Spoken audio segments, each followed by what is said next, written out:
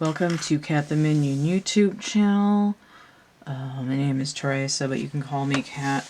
I'm doing a bi-weekly astrology for YouTube, and these are based on elements. I'm doing the earth signs. I'm a little bit frazzled because I've been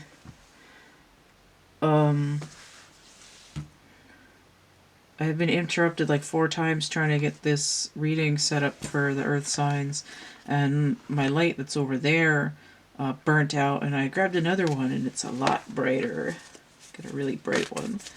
And it smells like weird burnt plastic from the one that burnt out, so it's probably not a good thing I opened my window a little bit. This reading is late.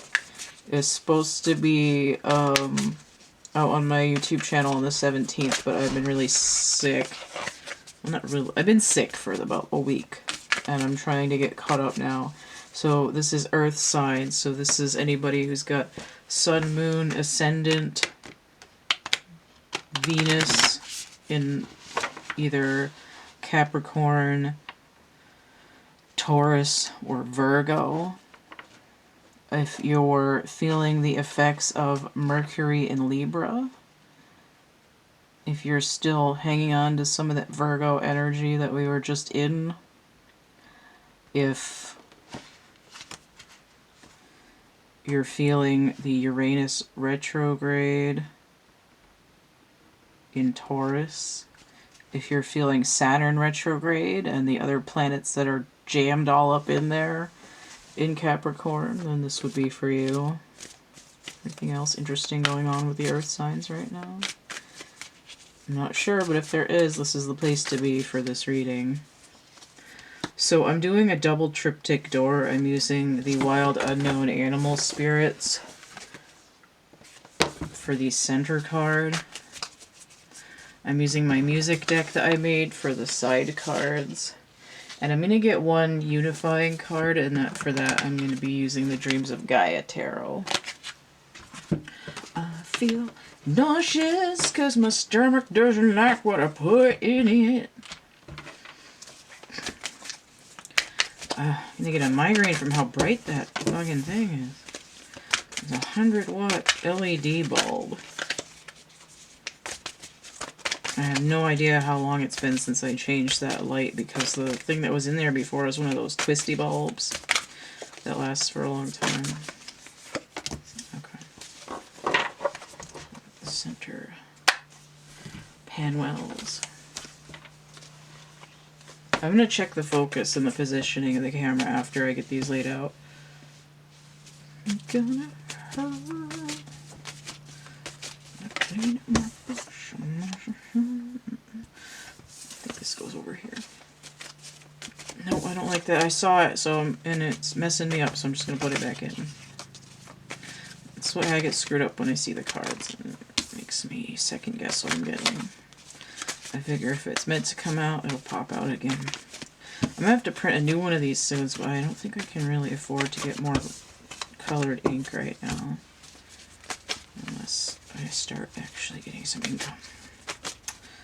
Alright.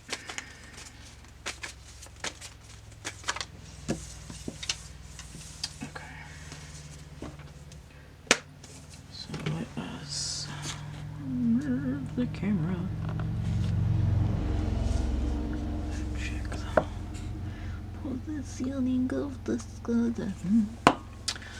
Now I need water. So thirsty.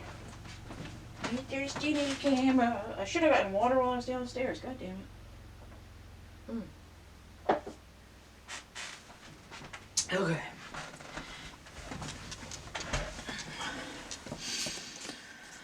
Ace of Cups inverted. So this is bent. But when it's not bent, it's Higher Ground by Stevie Wonder. So Ace of Cups inverted. We're out of touch with the reality of our emotional area. Ace of Cups is fall and water energy. I also get the idea of falling water, like a waterfall.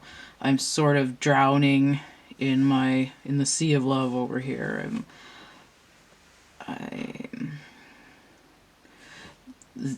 Now, fall energy inverted might be spring, right? So I'm getting the equinox that we've just had here. It is sort of, for people in the southern hemisphere, like a natural spring of emotion popping up, and you're like, wait a minute, where's this coming from? And for people in the northern hemisphere, the fall energy is like, I've just slipped and fallen, and now I've got a waterfall of emotion coming down on me. Same, but a little bit different. Now we have the Ace of Pentacles inverted, so this is also Sprach Zarathustra, with this sort of ecliptic energy here. But I get this idea of this is also the equinox, right? The day and the night becoming equal. So manifestation and emotions out of whack. Probably sick, heart sick. Your material body is a little bit off kilter. Now this is spring energy, normally. So we have spring and fall both inverted here, so it's exactly what I said. Right, bitches be trippin'. What's the union here? So the union energy here is Tiger. This is a fire elemental, which we haven't seen yet, but we have moon energy, which is related to cups. I'm reading for earth signs. Okay, so earth signs here, Ace of Pentacles. Now the tiger is this sort of psychic energy. This is a lot like the High Priestess. I'm also getting sacral energy. I'm going to read her. 139. This book still smells like new paper. Okay.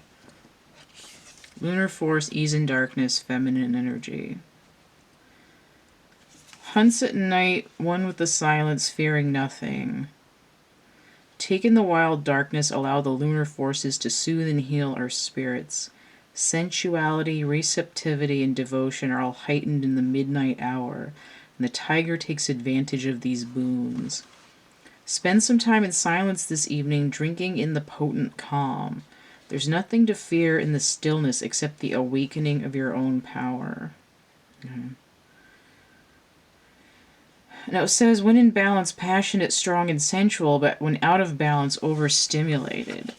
And I kind of feel like these two, this pair of aces, right? We have a union of opposites. We have a 1 and a 1. That's 11. That's a unity number, a universal timing number. The tiger doesn't have its own number here, but I see 3 with the triangle and 5 with the letters here, which tells me 8, which is strength, which is Leo energy, which is the sun, but the tiger is wearing the moon on her head. So I see spring and fall, and I see day and night being a balance between them. Now here I do sense this overstimulation. I'm drowning in my emotions a little bit, and I'm feeling, it's making me feel sick. But this idea of, if you stop resisting the flow, you'll be able to float in it. You'll be able to float in the darkness of your own emotions. And here I think they're held inside the cells of the body as well. So it's like you might have cleared the emotions in your heart, but you didn't clear them in your cells yet. And this powerful equinox energy is saying you're going to be clearing emotional memories that you're storing in the cells of your body.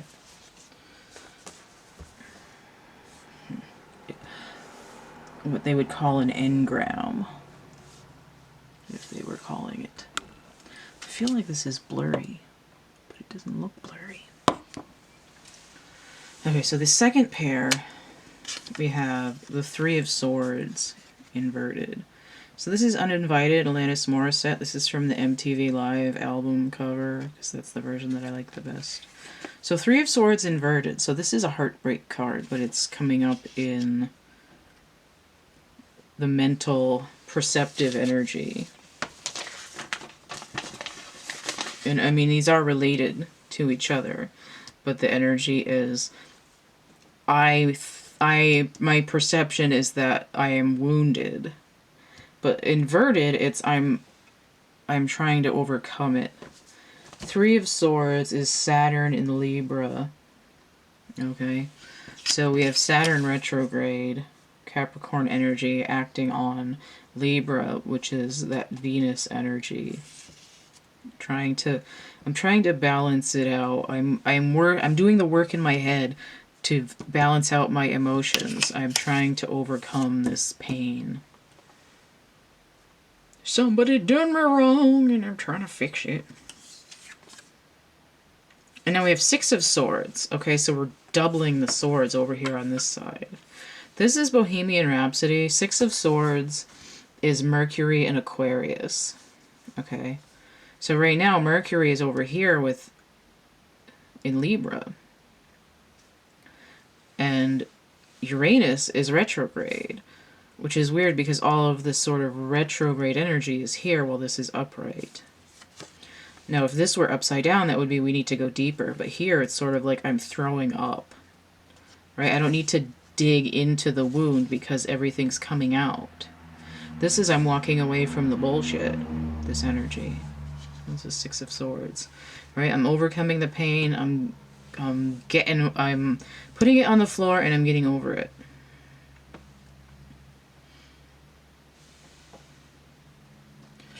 And the union energy is Lamb. Okay, so this is an earth elemental. Remember, I don't know if they still do this in school, because I went to elementary school like 30 years ago, but they used to do these things with popsicle sticks and yarns that look like this. It was called the Eye of God. But here we have Lamb, which is like, I know kids and lambs aren't the same thing, but it reminds me, especially with this earth energy, of like a little baby Capricorn goat. Although technically this would be like a little baby Aries, the sheep.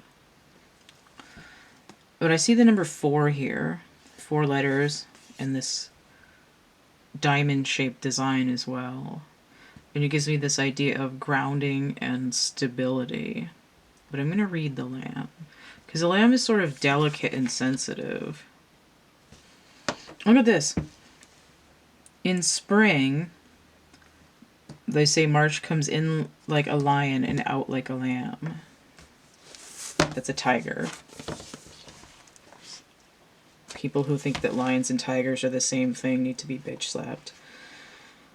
Lamb, 77. I mean, it's fine if you're ignorant, but don't be willfully ignorant. Okay. So peaceful, prophetic, and patient. The lamb is the bearer of an important message. Its contents can only be heard when a deep level of quiet has been established. Lamb energy is the honest guidance you hear from an old friend, a young child, or sometimes a surprising stranger. Though the lamb's message may channel through another person, the wisdom resonates within you. It will repeat and reverberate until you listen. Approach this gentle creature with utmost patience and reverence. Truth is a gift. Sit still, listen, and receive. Now what's interesting is that we're in swords energy here, which has to do with a journey through truth, through communication and perspective. So knowingness and inner peace, well, it's upright. Okay. So unloading emotional content. What was this energy again? Okay, yeah, so this is doing the work. I'm doing work to balance out heartbreak, but it's coming in a very practical way, right? I'm not just going to wish that my emotions weren't, drowning me. I'm going to strategically disentangle myself from the 3 swords that are stuck inside my heart. And here it's like, toodaloo, motherfucker.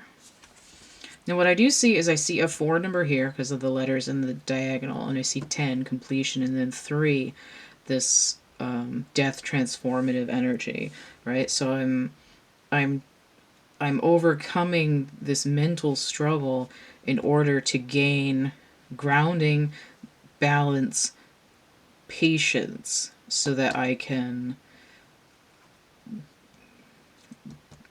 maintain this sort of youthful, not innocence, but I mean, it says inner peace, right? And that gives a sort of like a renewing, pleasant feeling. Like you would think of like a very wise child who's sort of carefree, but also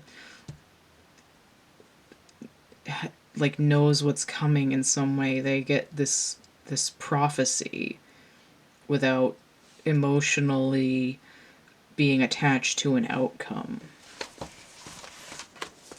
No, start another segment. Okay, is that still? There's like a weird shadow coming off of my painting over here.